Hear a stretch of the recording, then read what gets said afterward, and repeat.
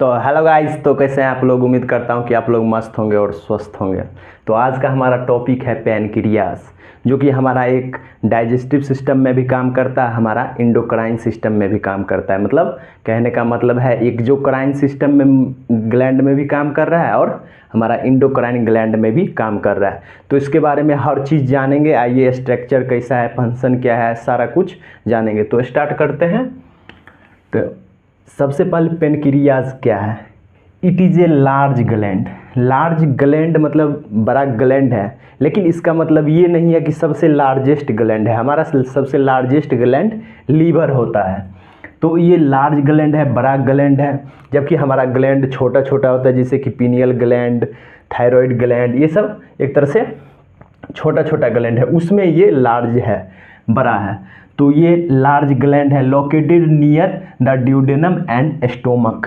Duodenum के पास होता है और स्टोमक के पास होता है। जैसे हमारा ये ड्यूडेनम का पार्ट है, हमारा ये स्मॉल इंटेस्टाइन का फर्स्ट पार्ट होता है ड्यूडेनम, उसके ड्यूडेनम के पास है। तो ये स्टोमक इधर रहता है और ये ड्यूडेनम है, तो ड्यूडेनम से अटैच रहता है। यहीं पर जो हमारा साइट होता है कि एक तरह से पेनक्रियाटिक जूस हमारे ड्यूडेनम में सिक्रीट होता है, तो डाइजेशन का प्रोसेस उसमें होता है। तो उसके बाद देखते हैं, it has both exocrine and endocrine function. मतलब हमारा एक्सोक्राइन फंक्शन भी कर रहा है और इंडोक्राइन फंक्शन भी कर रहा है। कहने का मतलब हमारा एक्सोक्राइन जो है, एक्सोक्राइन ग्लैंड जो है, वो एक तरह से डक्ट ग्लैंड है, जिसका एक नली होता है, वो नली के थ्रू काम कर रहा है, मतलब डक्ट के थ्रू, पाइप के थ्रू काम कर रहा है।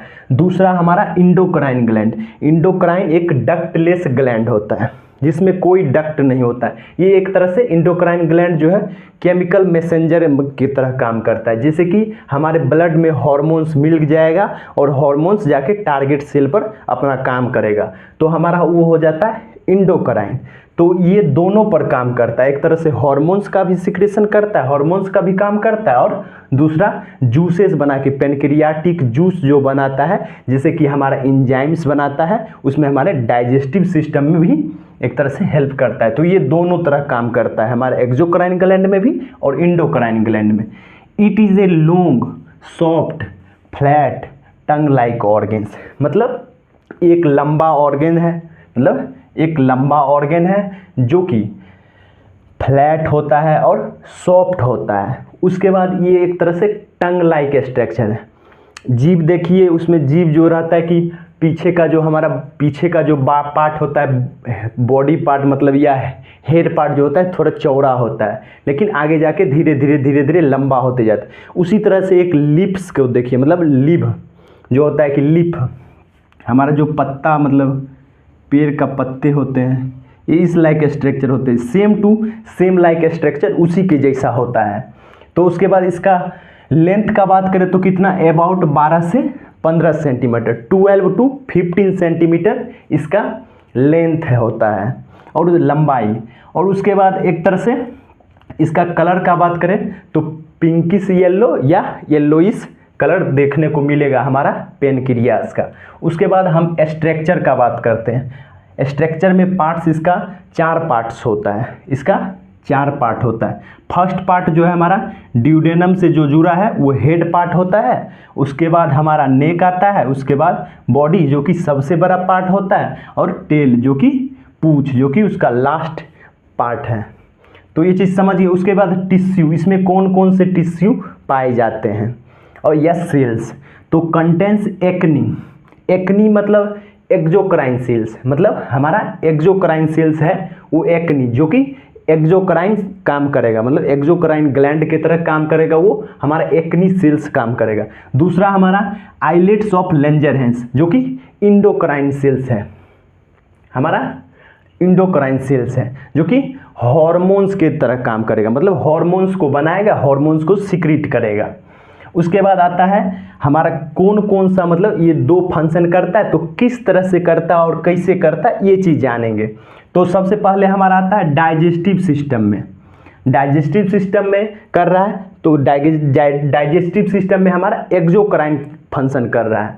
डाइजेस्टिव सिस्टम में एक्सोक्राइन फंक्शन कर रहा है, क्योंकि वहाँ पर तो इंजाइम सिक्रीट कर रहा है। तो इंजाइम तो सिक्रीट एक तरह से हार्मोन्स की तरह नहीं होगा, तो ये एक तरह से ब्लड मतलब ब्लड में नहीं सिक्रीट करता है, ताकि ये स्टोमक मतलब जो हमारा ड्यूडेनम पार्ट है उसमें सिक्रीट करता है अपना जूसेस और डाइजेस्टिव सिस्टम पर काम करता है। तो वहाँ पर एक तरह से डक्ट पर काम होता है, यहाँ पर डक्ट पर काम होता है। तो ये हमारा एक्सोक्राइन फंक्शन हो रहा है और डाइजेस्टिव सिस्टम में किस तरह से फंक्शन हो रहा है, तो इसको बोल सकते हैं कि एक तरह से हमारा जो ग्लैंड पर भी काम कर रहा है और हमारा डाइजेस्टिव सिस्टम पर भी काम कर रहा है।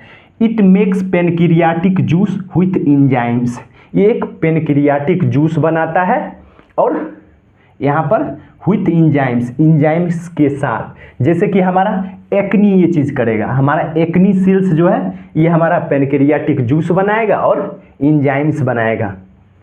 तो ये चीज़ देख, जैसे कि हमारा पेनक्रियाटिक डक्ट है, इसी के थ्रू हमारा जो जूसेस होता है, पेनक्रियाटिक जूसेस होता है वो हमारा निकलता है। ये हमारा गॉल ब्लैडर है, जो ग्रीन कलर का है वो गॉल ब्लैडर है। ये हमारा ब्राउन कलर का दिख रहा है वो हमारा ड्यूडेनम है, जो कि स्मॉल इंटेस्टाइन का सबसे फर्स्ट पार्ट होता है। उसके बाद यहाँ पर आता है ये हमारा पूरा लिफ लाइक स्ट्रक्चर या टंग लाइक स्ट्रक्चर हमारा पेनक्रियाज है, जो कि इसमें जैसे कि लोब्यूल्स प्रेजेंट है। तो ये जैसे यहाँ पर एक तरह से ट्रैप जैसे हो रहा है, तो ये लोब्यूल्स है। उसके बाद बात करते हैं, ये हमारा क्या कर रहा था, पेनक्रियाटिक जूस बना रहा था और इंजाइम्स बना रहा था। और ये कौन कौन सा इंजाइम्स बना रहा था, हमारे डाइजेस्टिव सिस्टम या एक्सोक्राइन फंक्शन कर रहा था। तो कौन कौन फंक्शन कर रहा था, एमाइलेज बना रहा था। एमाइलेज क्या करता है, हमारे कार्बोहाइड्रेट्स को डाइजेस्ट करता है। कार्बोहाइड्रेट को जो डाइजेस्ट करता है वो कौन है, एमाइलेज, जो कि हमारा 5% सिक्रीशन मतलब कि एक तरह से माउथ में भी होता है, वहाँ पर भी डाइजेस्टिव होता है कार्बोहाइड्रेट का 5%। तो उसके बाद लाइपेज क्या करेगा, फैट्स को डाइजेस्ट करेगा।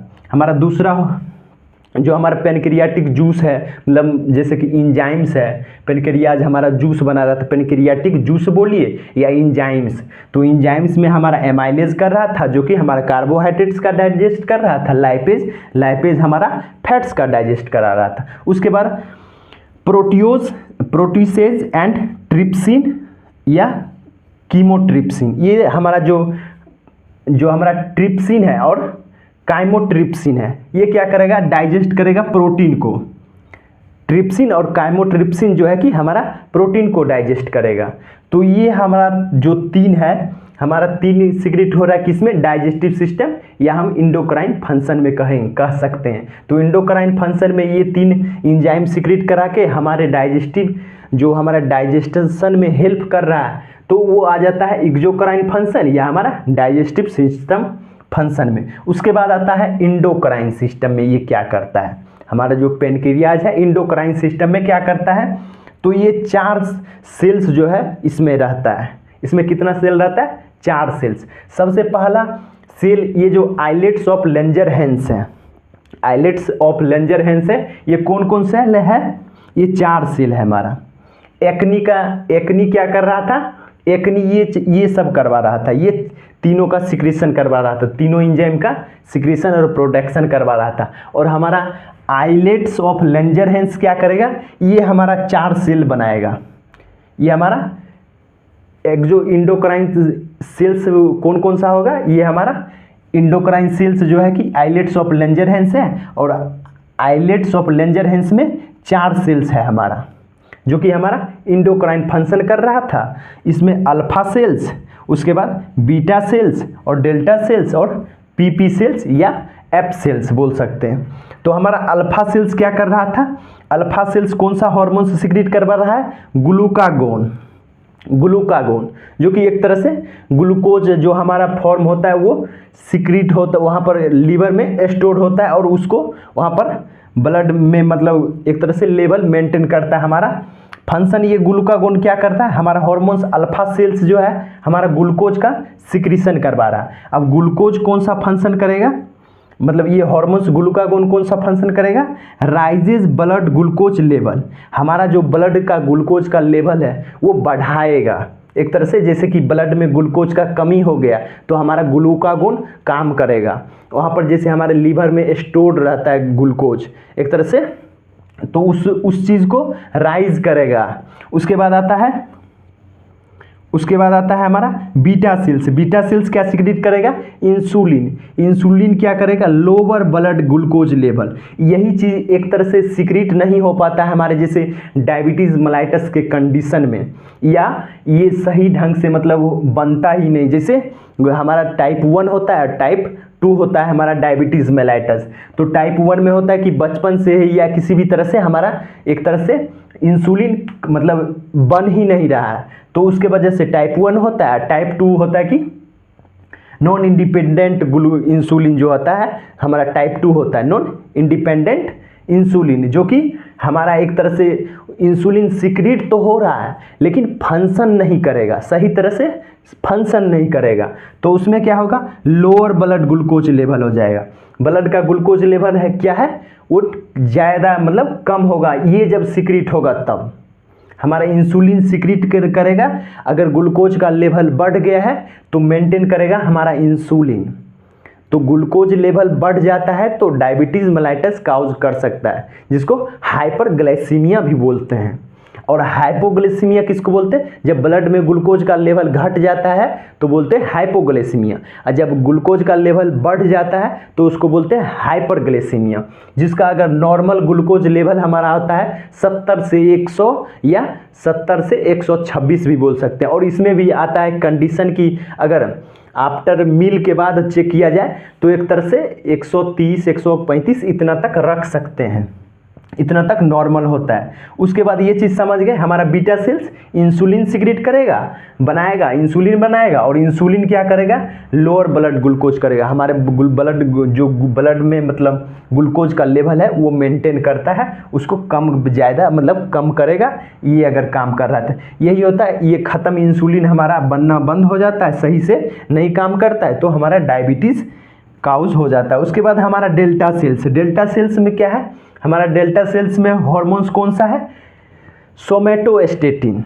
हमारा सोमेटोस्टेटिन क्या कर रहा है? Inhibits the secretion of insulin and glucagon. जो हमारा इंसुलिन है और जो हमारा ग्लूकागोन है, ये दोनों हार्मोन्स हमारा जो है ग्लूकागोन और इंसुलिन, इसका सिक्रेशन को रोक देगा। इनहिबिट मतलब होता है रोकने का काम। ये अगर ज़्यादा सिक्रीट हो रहा है या ये हमारा ग्लूकागोन ज़्यादा सिक्रीट हो रहा है तो हमारा इनहिबिट्स कर देगा, हमारा सोमेटोस्टेटिन क्या करेगा? हमारे ग्लूकागोन या हमारे इंसुलिन को रोक देगा, इनहिबिट कर देगा अगर ज़्यादा सिक्रीट हो रहा है तो ये मेंटेन कर रहा है ये दोनों को, हमारा इंसुलिन और ग्लूकागोन को इनहिबिट कर रहा है एक तरह से हमारा सोमेटोस्टेटिन, जो कि दोनों अगर ज़्यादा सिक्रीट होगा तो ये उस चीज़ को सिक्रीशन को रोक देगा, इनहिबिशन कर देगा। उसके बाद हमारा आता है पीपी सेल या एफ सेल्स, जो कि पॉलीपेप्टाइड, जैसे कि हमारा ये कौन सा हार्मोन सिक्रीट कर रहा है? Pancreatic polypeptide. पेनक्रियाटिक पॉलीपेप्टाइड क्या कर रहा है? Regulate pancreatic secretion and apatite.